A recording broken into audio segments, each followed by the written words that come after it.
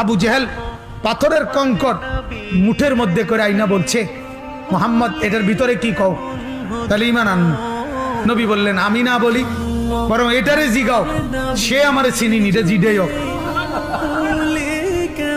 আবু জেহেল কম কিতারে কম, আরে কিতারে বাবা রে, বাতিজা তো শক্ত বাতিজা। আল্লাহ নবী বলেন, বলো ভিতরে যা আছো বলো, তুমি চিনো কিনা আমাকে? পাথরের কঙ্কর, নাতাকাল হাজার, পাথর নাতাক কথা বলছে, পাথরের কঙ্কর বলে উঠছে, আনতা রাসূলুল্লাহ, আপনি আল্লাহর রাসূল, আমি চিনি আপনাকে, আমি চিনি। এক গ্লাস দুধ 120 জন সাহাবী পান করছে, এটা নবীর মুজিজা না? একটা বকরির গোশত 3000 সাহাবী খন্দকের, ওনারা সবাই পেট ভরে খাইছে, এটা মুজিজা না?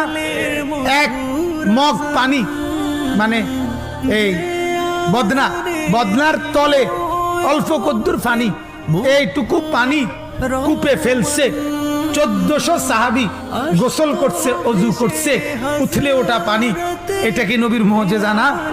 এগুলো সব মর্যাদা, এগুলো সব মর্যাদা, সব মর্যাদা, সব নবীজির সম্মান, ইজ্জত, সবকিছু নবীকে চিনত।